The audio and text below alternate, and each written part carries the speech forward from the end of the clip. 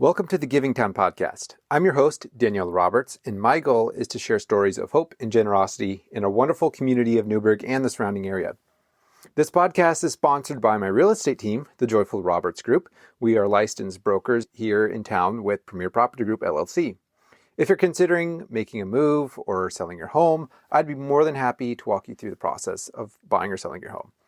So in today's episode, I'm interviewing Sean Andries, who is the executive director of the Chehalem Cultural Center.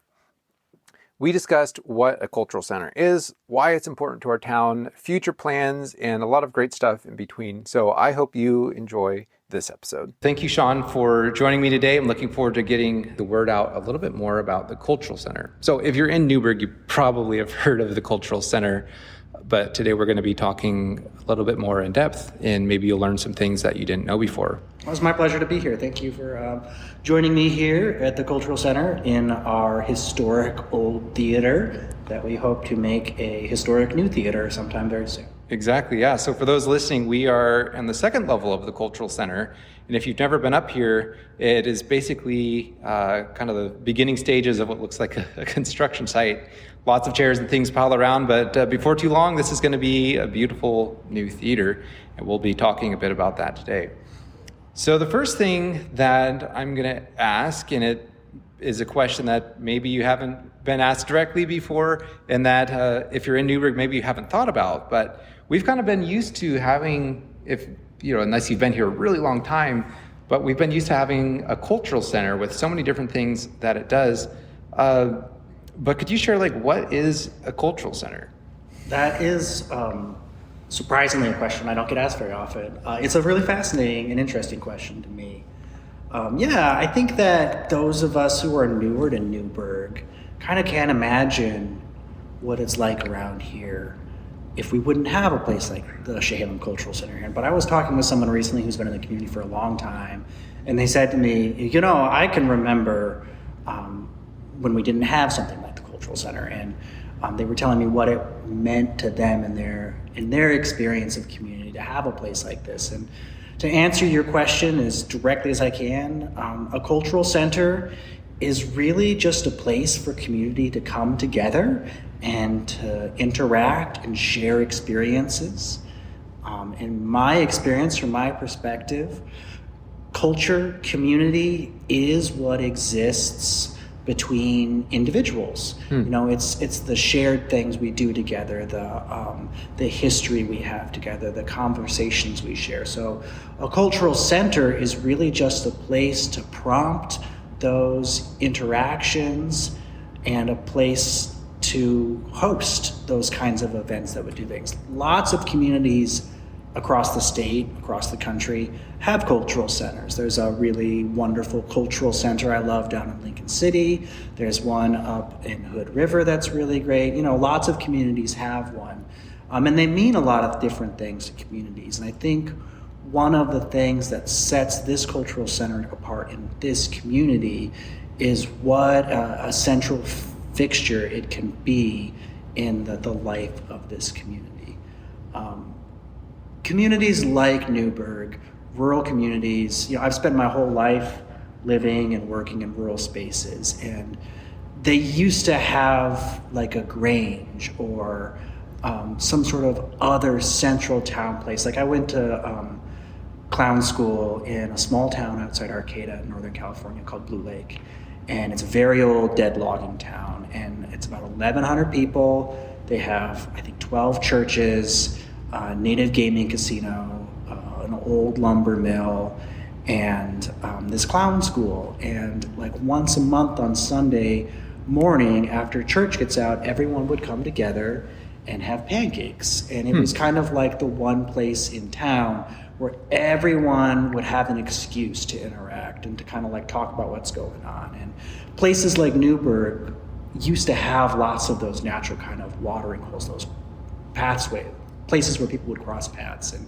so I see our role here at the Chehalem Cultural Center as very much being that cross paths for people in our community, that place where you might sit down at a concert next to someone who you maybe have no other excuse to ever meet, but who lives just a couple doors down from you, or you might, see someone in the gallery one day and strike up a conversation about something you see on the walls. And so I really see our function here as a cultural center as creating opportunities for people to get to know their neighbors and build community by, having things going on. Yeah. Well, you mentioned you had spoken to an individual too who said he remembered what it was like, or he or she had remembered what it was like before the cultural center. So how did it come to be that we actually got this place to be what it is? Because it wasn't always a cultural center. No, it was not. The building itself was first built in 1935 as part of the Hoover presidential administration's public works projects that were designed to get us up and out of the Great Depression. It was, I believe it's the third school that was actually built on this site. It was built in 35 as a school and kind of had some additions and changes over the years until the mid-90s when two things kind of happened. One, and I think the real reason the school was vacated is that, the needs of the community had outgrown the school. The needs of children going to school in 1994 was a lot different, maybe than the needs of children going to school in 1935. So they had kind of outgrown the school and were building a new school across town. But then also there was a small earthquake in the area around the same time that got people really nervous about having all these kids inside this building surrounded by all this unreinforced masonry. So the school district left. They still own the building, and it kind of went into disrepair. The block went into kind of a state of blight. Barbed wire fencing went up, windows were getting knocked out. And I think that the sense around town was that, like, wow, there's this beautiful brick building. We should find something great to do with it. And around 2000, 2005, there started being this real movement of really invested, energized community members who started coming together to talk about what could this wonderful old building, this place that had been the center of community for so long, what could it be for us now? And there were lots of ideas at the time. I think that they thought about moving City Hall here. They thought about doing some kind of social services out of this building. There was talk briefly about letting McMenamins do something with the space.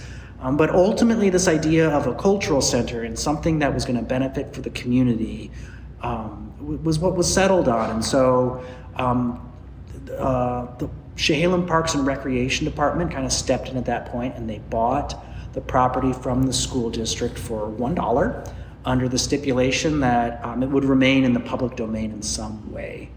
The building sat empty then for a number of years as this same group of people went about dreaming, envisioning what the space could be, and then ultimately fundraising. And then they had raised about $5 million to do the first set of renovations and opened in 2010 for the first time with our gallery spaces and our arts classrooms and our art studios. And that's kind of how the cultural center came to be.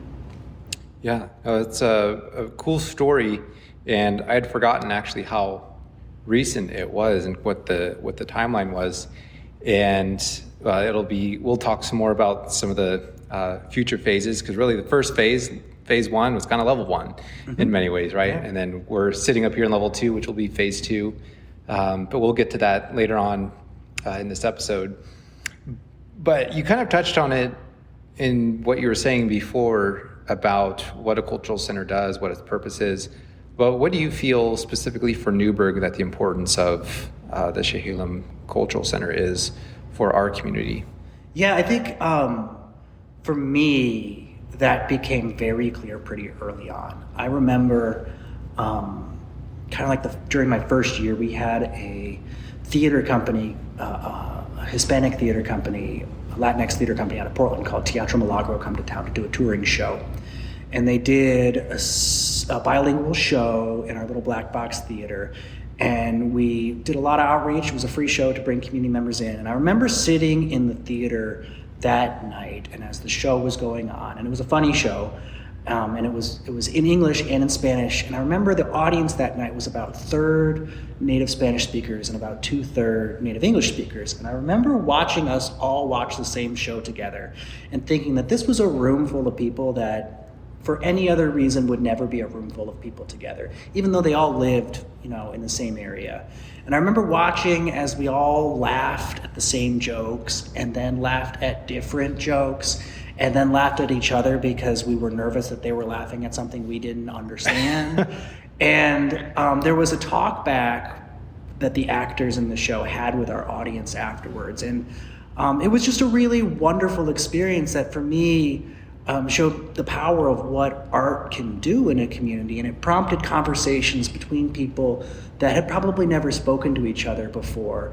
And the power of art right in front of you to give you something to talk about that's not your money or your politics or your religion or any of the kind of things that can become really divisive really quickly. Like I don't have a fine arts degree. I don't know much about the art that comes in our gallery, but I have eyes, and you might not have any more education in art than me, but you have eyes too. And so we can have a conversation about what we see in the artwork in front of us. And I think that giving people an excuse to be together and then also giving them something to talk about outside of themselves is a really powerful way for people to discover like commonality with each other.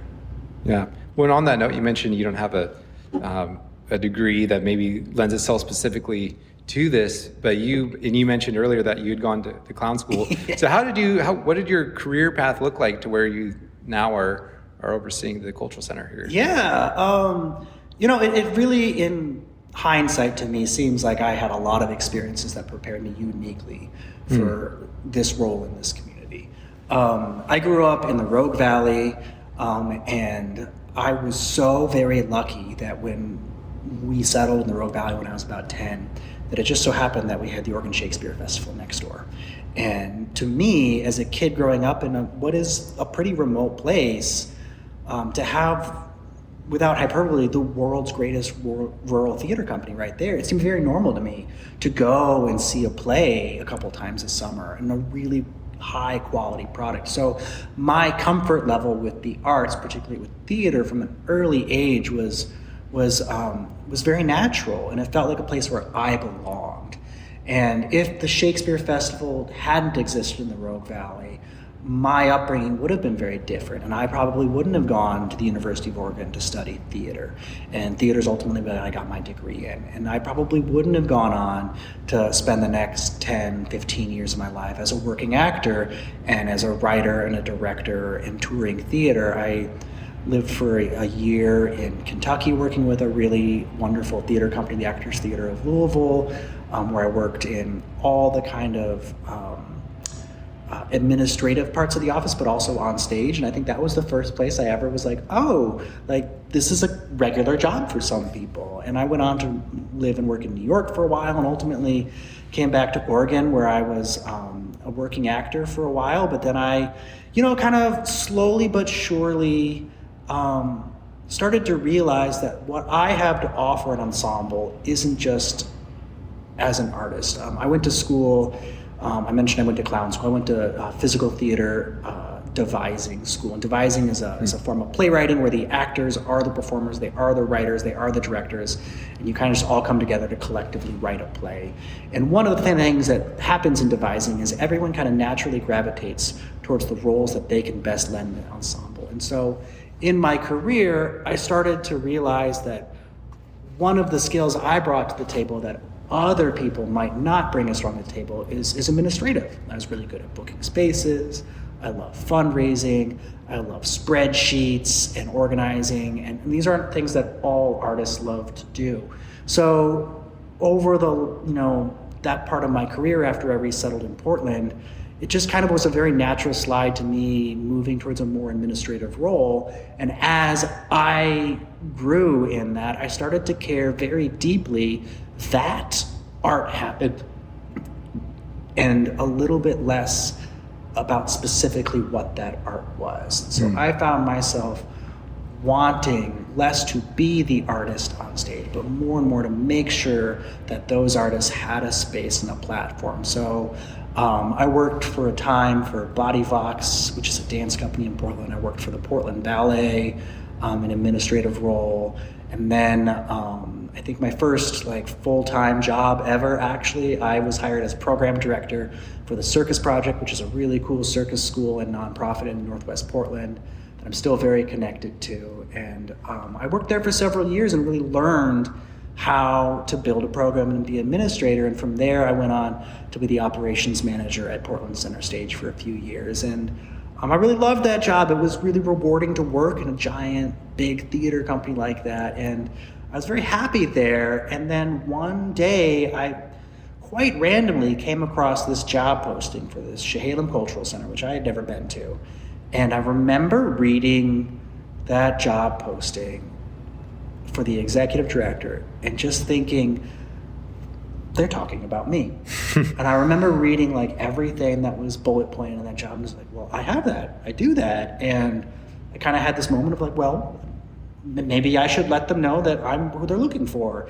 And I just put an application and had an interview. I came out here, I met with some members of the board and the staff, and it just all made a lot of sense. And I remember leaving those interviews and not feeling like I had just been in a job interview, but feeling I had just like sat down with a group of people I really liked and just had an hour-long talk about like why art and community is important. And and it's really just been a good fit ever since. And I have loved being here in Newberg, and I truly hope to be here at the Cultural Center for a very long time, because I don't think people realize what a great place Newberg is sometimes, and what a great place the Chehalem Cultural Center is. And there is truthfully nowhere else I would rather be, nothing else I would rather be doing. Well, and that's part of why I'm doing this podcast, is because I've kind of come to learn some of those same things. Like, it really is a special place. Yeah. And there's so many great things that I absolutely love that I get to uncover too. And how exciting for you to be doing essentially your dream job. It sounds like This is what you're really made for. And I think you'll be here a while, because I know we've got some work to do. And so before we get to that, which I am looking forward to talking about, what are some of the specific programs that you have here? Because I think some people come for one thing, but they may not know the whole scope of what is actually offered here at the Chehalem Cultural Center. Yeah, we are a very broad organization. I think you're exactly right when you say that. There are a lot of people in Newberg, in Yamhill County, who have an experience at the Cultural Center, or come here maybe for their weekly Rotary meeting, or they participate in our ceramics classes, or maybe they've rented space for their, an event they're hosting, birthday party or something, but don't really understand all of what we do. We have classes for kids, teens, and adults in ceramics, visual arts, theater arts. We have cooking classes. We also offer concerts and festivals and other sorts of performances year-round. We have a wonderful, beautiful ballroom that hosts so many weddings and quinceañeras and nonprofit dinners and retirement ceremonies and graduation ceremonies for the local universities. We also have a recording studio that people can set up their own recording. It's a really nice recording studio. It is really nice, and it's very cheap to rent, and people it's this little hidden gem. And we have so many wonderful spaces here, and we have a wonderful staff that loves to help people make their cool thing happen. And we do a lot of our own programming. We have our concert series, we have our classes. We have a lot of programming that we build and design for the community in-house, and we love them to come and participate in it. But truly, one of the things we love most is when someone comes to us and says, hey, I've got a cool idea and a group of people that are excited about it. We just don't know how to make it happen. We don't have a place for it to happen. We don't have microphones or tables or chairs or whatever. We love when people come to us with that, because we're really good at administrative work. We're really good at selling tickets and setting up tables and chairs and scheduling. And just like I was talking before about how I discovered that I have an administrative skill set, like we have that as a staff, and we love to support other people in our community who get excited about events. Because what goes on here at the Cultural Center is not all about us on staff, about us making cool programs that we think are neat. To us, it's just as important to help other people in the community celebrate the ways they want to. I think people probably don't know that We're closed on Sundays, but the building is still very full. We currently have two churches that rent space kind of full-time in our ballroom and throughout the building, host their services on Sunday. We're often closed on Monday, but often on Monday nights. George Fox, during the school year, uses our ballroom to have art talks with all their students, or they have kind of like a series of like graduation preparation classes where they like get kids ready to go out. They get young adults ready to like go out and like fend for themselves in the world. The Cultural Center has a lot of different programming here and a lot of different ways to get involved. And if there's something you want to do that you don't see us doing, like we'd love to hear about it, because maybe that's something we could be doing. We're a very broad organization. I think that's partially because of our place in this community. If I think about if the Cultural Center didn't exist in Newberg, where I would send my kids to get art classes or art summer camp. There's not a lot of options out there. So we try very hard to offer a wide variety of things. But if there's someone else in the community doing it already, we're not looking to duplicate or put them out of business. A great example is there's a wonderful program that the Yamhill Enrichment Society supports called the Junior Orchestra of Yamhill County. They teach music and orchestra classes at all of the grades at Edwards Elementary now, and like they do a great job of that. So we don't do that because we don't need to compete over it. We just kind of see it as our role to make sure that there's great things happening all the time. Yeah.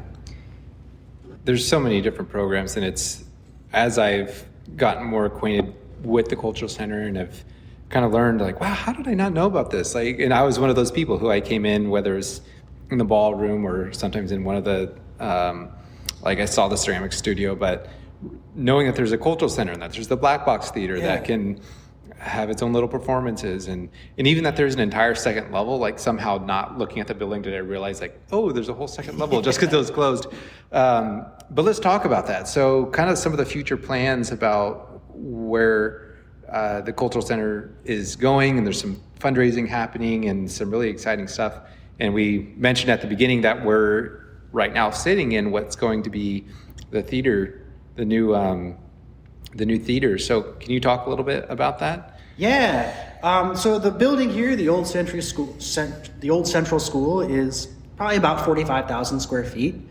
When we first opened in 2010, they had renovated maybe a third of that space with the front lobbies and the gallery spaces, the classrooms, the two classrooms upstairs, and the studio spaces and the offices. And then in 2014, they added on the ballroom and the back lobby.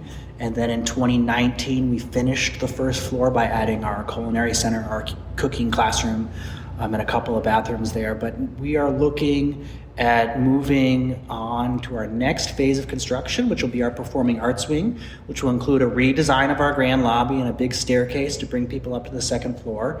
It will include this beautiful old LaJoy Theater, which we are going to turn into a wonderful 250-seat theater for music acts to tour through, for theater companies, dance acts, for local groups to get up on stage. And I think this is really the most important part about building this theater, is to build a wonderful place for people to see themselves on stage. We want to bring in great touring acts, but I think it's just as important to have Chehalem Valley Dance Academy do their Nutcracker here. For local, we have a couple of Aztec dance groups who practice regularly in our ballroom, for them to have a wonderful place to perform. It's important for community to see themselves on stage so that they can celebrate themselves and celebrate the people in their community. So we'll build the theater, and then there's going to be a dance and movement studio we'll build down the hall, which will be for dance classes, but will also be for things like yoga or Zumba or fitness classes, or we have a Tai Chi class that meets here regularly, and then we'll build some green room and kind of support spaces for the theater as well. And I think, with the movement studio along with the theater, the idea is not for us to become a dance school, not for us to become a theater company, but to bring things in from outside that we don't have around here, but then also to create a space for local companies, local performers to get up and get involved. I mentioned Chehalem Valley Dance Academy. it's not our idea to open our own dance academy and put them out of business. We want to build beautiful spaces that maybe they could have classes in, or maybe that they could offer classes that they can't currently offer because they don't have space for it. The Tai Chi class I was mentioning is not a cultural center class. It is somebody who does not work for the cultural center, who rents space here to lead those Tai Chi classes, and they kind of do it all on their own. We just kind of provide the space for them. And so I think there's always a balance of our own internal programming and what we want to bring into the center from outside. Yeah. Well, and thinking of some space, I'm trying to think of a public space, or I guess pseudo's public space, but would you consider cultural center to be a public space? Is that? I do, yeah. I do. So, there's not really another public space that I can think of where you can fit 250 people in for a theater, or for a theater performance or something. Maybe I'm just not thinking of it, but I think that would open up a lot of opportunities, especially for someone that would want to come here and maybe the type of people that it could attract. For sure. I think there are similar spaces, like George Fox University has Bauman Hall, which is a wonderful place. It's about 700 seats, I think. The high school has a wonderful theater. The Gallery Theater down in McMinnville is really great. But all of those places are very busy doing their own programming. Right. And they're not really accessible if you wanted to produce a play for you to rent it and do that. I think of a company like Penguin Productions, which does really great outdoor theater all summer long, just over on Ribbon Ridge there, just at the bottom of Ribbon Ridge. And they have nowhere to perform in the winter because they don't have their own theater space. And so creating a place that is available to the public for mixed use purposes, I think is really going to be awesome and important. We have a lot of stuff that happens here in our ballroom that would feel a lot better in a theater space. You think things like a TED Talk, or even like when the Historical Society comes and they want to have a big event. There's just not a good publicly available place for that. Like, just a couple of weeks ago, we had the Yamhill County Commissioners Candidate Forum that we had here in the ballroom. And a ballroom is a nice place for that, but something like that forum would much more naturally fit on stage. And we love using our ballroom in lots of different creative ways, but it's never really a great theater. Yeah. And the needs of a theater space are different. Yeah. Where are we at in the timeline for this to all take place? Oh, that's always a great question. I think that we are currently in our schematic design phase, which we have kind of big picture designs for the spaces up here, but now we're kind of nailing down on just exactly where do air conditioning conduits go, what kind of lighting do we want in the space, what kind of, all the detail oriented stuff. That should finish up at the end of the summer, early fall, and at that point we'll start going through the process of working with the city to get the correct permitting and all the land use that we need to. So hopefully maybe next winter we'll break ground. Timing of construction's a big concern for us. We have so much activity that happens here in the summer with summer camps or all the weddings and events that happen in our ballroom that we really can't be under major construction during the summer. So we need to time it such that the big, most disruptive parts of our construction phase happen during our quieter months, December, January, February, as much as possible. So we're really hoping to really, truly in earnest be in construction next winter. When we started the project, our fundraising goal was $5 million, and I'm super excited to say that somehow we raised $5 million, which is a lot of money. The reality is that as the cost of everything in our lives go up, so does the cost of construction. So $5 million isn't going to go as far as it once did. So the need for ongoing fundraising activity continues, and will continue right up until we put the last nail in the wall, and then we'll probably have the next project coming along down the line from that. Yeah. So what are some ways that people can get involved or support what's taking place here? There are so many ways to get involved. We're always doing fundraising and stuff like that, but really, I think the best way to get involved is to volunteer. We always have opportunities to volunteer, whether it's at a concert or it's a gallery opening serving wine, or if it's at one of our festivals taking surveys or welcoming people, or whether it's at summer camps volunteering to work with the kids. We always have lots of opportunities to get involved with volunteering, and that's the best way to get involved. We do, of course, have ways that people can donate, or if they want to get involved as a donor or a funder. I always love having those conversations with people. But generating just like excitement and goodwill in the community is just as important as anything else we do here. The Cultural Center only exists because a group of people in this community got together and decided they wanted it to. And we only continue to exist because this community sees us as a value and continues to support us. We don't get general operating funding from the parks or from the city or from the state or any sort of like government mechanism. I think that's a common misconception, is that we're somehow like a branch of the city. No, we're our own nonprofit. We do all our own fundraising. We pay our own way. We have a wonderful relationship with Chehalem Parks and Recreation, who is our biggest supporter, who is our landlord, who owns this building, who takes care of this building. And that is no small thing, but we very much only are able to do the classes we do, offer the concerts we do, make spaces available at the rates we can, because this community sees value in that and decides that they want to continue to make that a priority for them.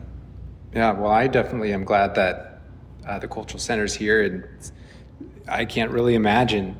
When I came to this town, it was right after it had opened, so I really never knew anything different. So it's really exciting to me, and really exciting for all the future things that are going to be happening, and I look forward to seeing how the community benefits as this place continues to grow. So thank you, Sean, for your time.